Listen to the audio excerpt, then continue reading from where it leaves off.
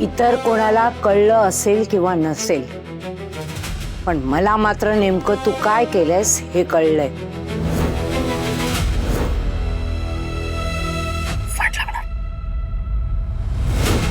पाहुण्यांनी कौतुक केलं म्हणून फार उडत होती ना.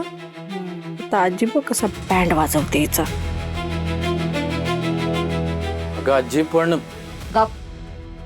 प्रत्येक वेळेला बायकोच्या मदतीला धावायची काही गरज नाहीये समीर.